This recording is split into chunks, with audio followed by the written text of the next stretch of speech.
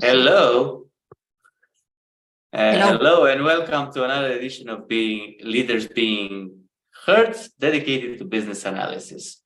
Today I'm with you, Marius, and together with me are Christina and Andra. Welcome. Hi. Hi.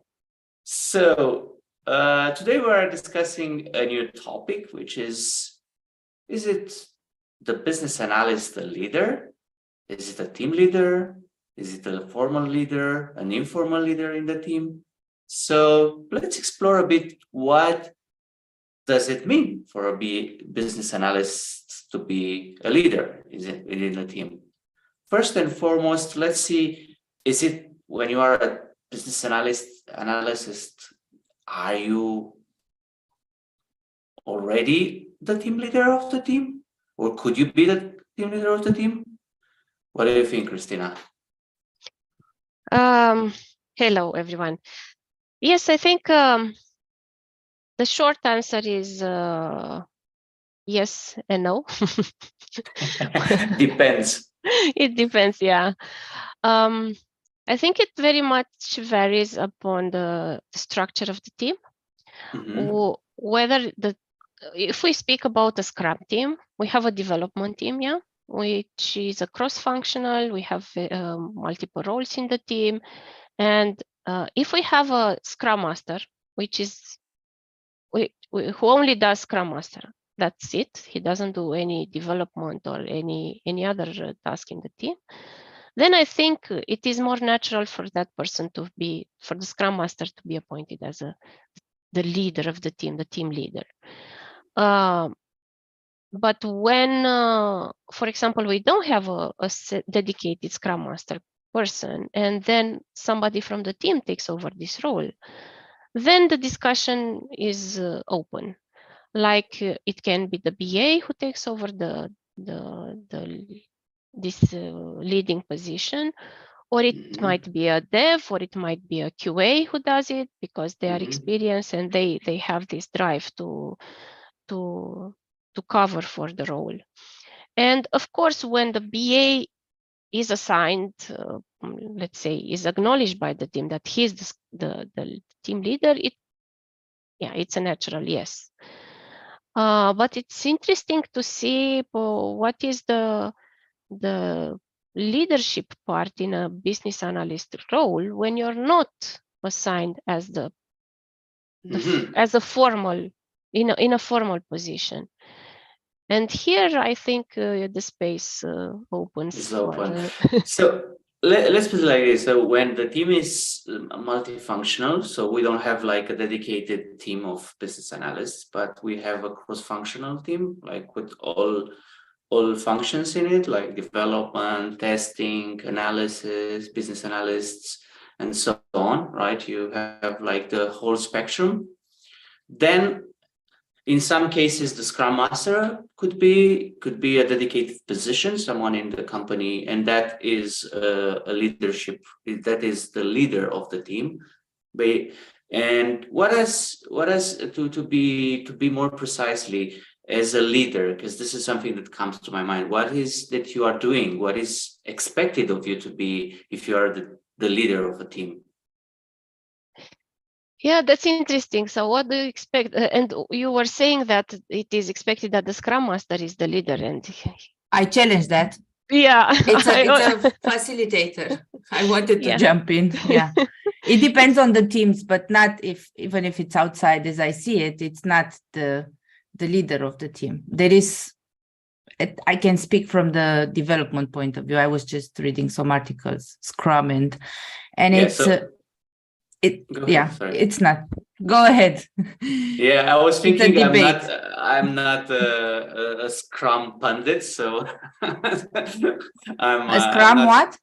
Pundit, a knowledgeable person about very knowledgeable about what exactly a Scrum Master does. So I would assume in general it's a leadership position. But anyway, let's see what is expected out of, let's see, on the formal and informal side of the problem. What do you think of when we say, because when we think of business analyst, we might have some idea, right?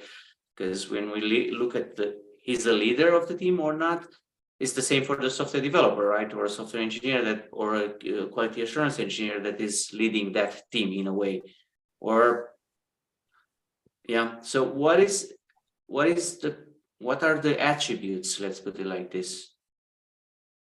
I can jump in here. Like, I see the leader is the one that drives the team forward. I don't know. It's a very short way to put it. Yeah, that impacts the team in a positive way. That is the one that creates peace in the team. Yeah, it's easy to go sideways. Then it is who does this, who makes sure that it is calm waters in the team. There are calm waters in the team, and here I think everybody can contribute. Of course, I mean, if somebody really wants to go sideways, you can cause trouble. But from a business analyst perspective, taking into account that they are they find out about the change, the need first, somehow they are in a natural position to drive change. Yeah, and to drive, and is also the person who might bring disruption, because usually change is disruption. You need to do something in a different way than you used to do it. And I see here like a little bit of, first of all, drives the change, moves the things into a direction, but on the other hand, and pulls the team after. I mean, okay, this is where we need to go. Let's go in that direction. So it's kind of a natural position for me to drive the team. And this is regardless if you have a formal role or you're in an informal position. And it is this syntax that I read about, the servant leader. I mean, okay, I'm not a point. I am not the manager. I'm not the one that you should listen to because you are told to do so. But this is how things go. And this is how I, as a business analyst, position myself in how do I drive change and how do I convince people that this is the right way to do it, because I might be wrong, right? And the team can say, and they are entitled to say, go away, what you're saying is not good. In the end, what I'm thinking and I'm listening to is, the business analyst in a way in a team has in a central point, right? In a way, he's connected to the customer, right, and also with the development team, and in the end, make sure that what the customer wants is delivered, right? So it's in the way, if it's also something that to assume, right? To kind of to assume your role, your position, not just, oh, I'm just doing some requirements analysis, I'm doing some design or some documentation, and that's it, my role is done, right? What I'm hearing is also like being the driver, right, around the team, like actually pushing forward to have the deliver part of it. It's a delivery manager in a way. Yeah, I'm hearing more and more. Correct. And I don't want to take away for example, the product ownership role, which is also a driver. But what I'm speaking about, the development team, where we have a cross-functional structure, and still the BA is the one who is in a position where they need to drive the current as well. Yes, and now let's look a bit. So if you are formal, this is something that somebody says, well, you are in a position of responsibility. Somebody gave you this responsibility, right? And you accepted it, right? This is something, and you feel the responsibility is it's out there, right? It's out there for everybody to see. But what happens when you have like an informal role? what are the skills? And now it's a question for Andra, right? What are the on communication side? What is as an informal leader you need to have? Listening to you, and exactly that, like being a central point. It's like I can see how the BA, it's actually the communication skills are required there, because you are always with the client, with the QA, with the developers. So the communication skills, you want, you don't want, they are there. You cannot, as a developer, you can code and that's it. Here, it's I think this is the informal leadership that we talk about. It's a lot of communication and impacting and influencing different stakeholders, different team members. And now your question was? What are the qualities? I was looking at the qualities, right? And how do you become? Because I mean, it's also a trait. It's a personality characteristic, right? You in a way need, if you are a natural communicator, or you are born with certain qualities, right? It might be easy, but sometimes, well, we are not that lucky, some of us, right? So what are the qualities that you need to develop? What are the skills that you need to look to develop in a way in this informal position and central position? Let's put it like this. I would say our communication skills. And this is like vague, I know. It's so all in leadership, it's also the communication. It's connecting with other people, and and another thing, like the communication with others, it's great when your inner world, to put it this way, the relationship with yourself, the communication with yourself, it's good. Yeah. And you trust yourself and you are confident and you have a great relationship with yourself, then it's easier to have a Marius disappeared. It's fine. We can take it from here. We can continue. Yeah. So I was saying that there are two sides here, is the relationship with yourself. And once that, it's great, it shows up in the communication with others. And that means that you are always in communication, to put it this way. You talk with that person, you talk with that, and mostly direct interaction, not messaging, which leads to interpretation. Yeah, it's when you are in communication, you always know what's happening. You talk with that person, even if it's for a few minutes. So welcome back, Marius. Thank you. I was saying that there are two ways to work on that. Yeah. And it's work with yourself to grow the confidence and to be happy, be a happy leader, as we say in Leaders Being Heard. Yeah. And have a great life outside work, at work. And then that shows up in the way you communicate with others. And don't be stopped by positions or titles. Mm-hmm. And yeah, this is great. And how do you? This is also like we discussed about the communication and being a great communicator, right? Assuming this role in a way. But now I'm thinking, how do you make? If you are in a team, right? How do you make it to? How do you have to drive to become the central person and important person for the team? Because in a way, even if you don't realize it, right, the team relies on you, right? Even if it's not that well spoken, right? So as a business analyst, how are you? And I'm talking about the informal role, because this is the I think this is the most complicated one, or complex, because you don't have the authority, right? But in a way, the team depends on you, even if they don't know it or others don't know it, right? So what is the drive there, and how do you make it to become the informal leader?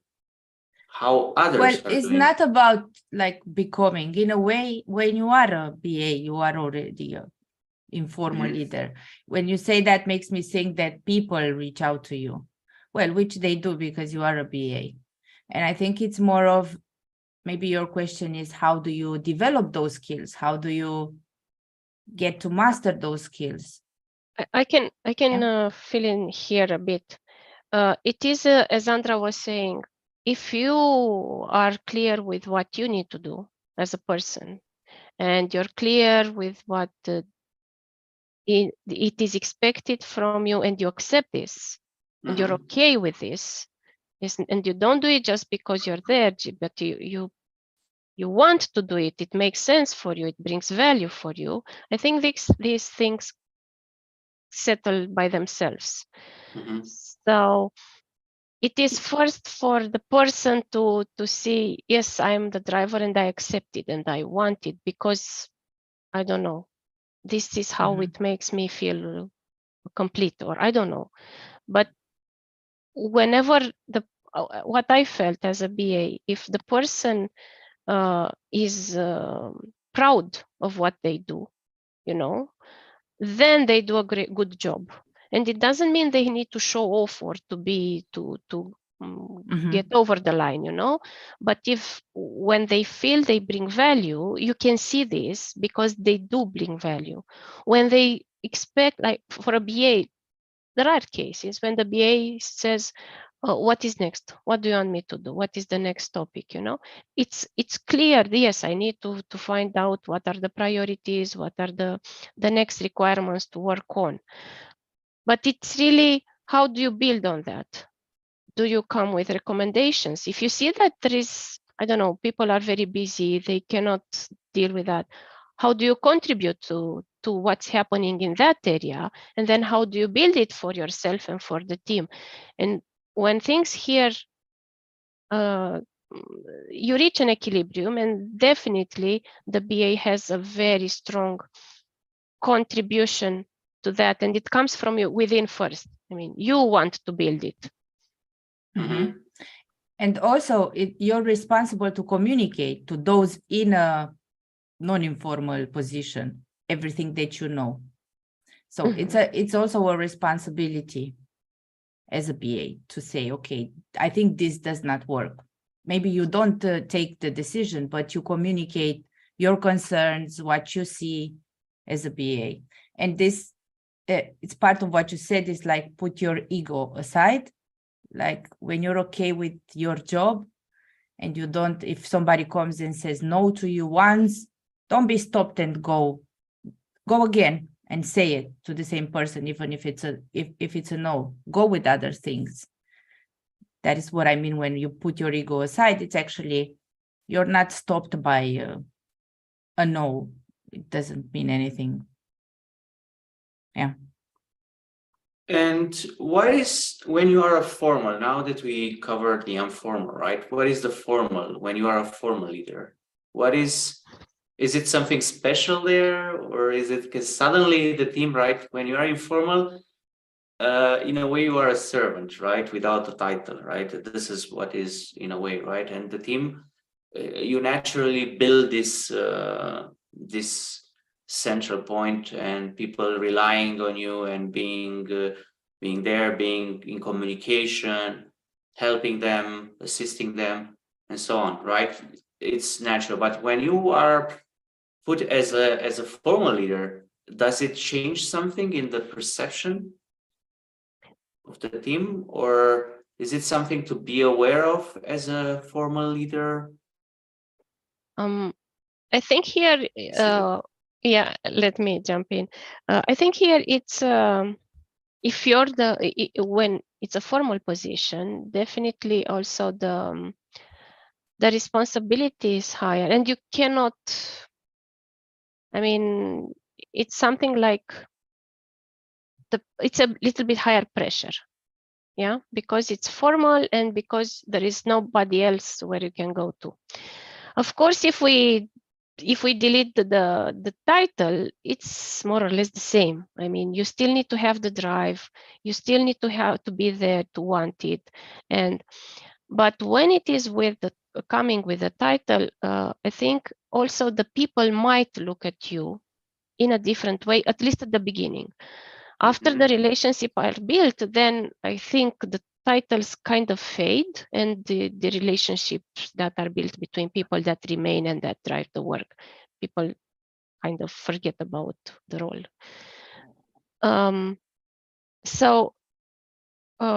I would say that maybe if you're not really prepared for a leading position, you can start learning while not being appointed formally. When you are appointed formally, I think you need a little bit more structure. You need to be even more self-conscious, self-aware of what you do as a person and how you deal with your colleagues. And from my perspective, it shouldn't be that much feeling and untrained, or how should I say it? You need to be a little bit of training.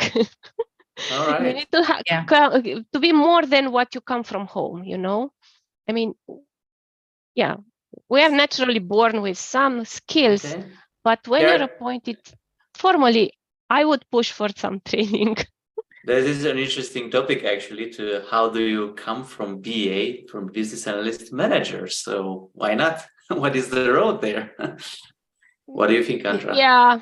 I think the idea is keep growing, keep developing yourself, and with the point of like soft skills, not only technical skills. Acquire technical skills. I'm not saying don't do that, but look also at the soft skills. What can you do? It's not about, as you said, you are born with it. It comes from you can grow that, you can transform that, you can develop that. And also look at the soft skills. It doesn't mean that you want a leadership position or you want to be a manager. It can be that, but also if you don't want to go into that direction, keep developing your communication skills, building relationships, as Christina said. Yeah, it's part of. And definitely if you want a leadership position, yeah, go for some trainings around developing leadership skills, communication skills, whatever the name you want to, soft skills. Got it. So with that being said, this is our edition today. Thank you for the very interesting conversation.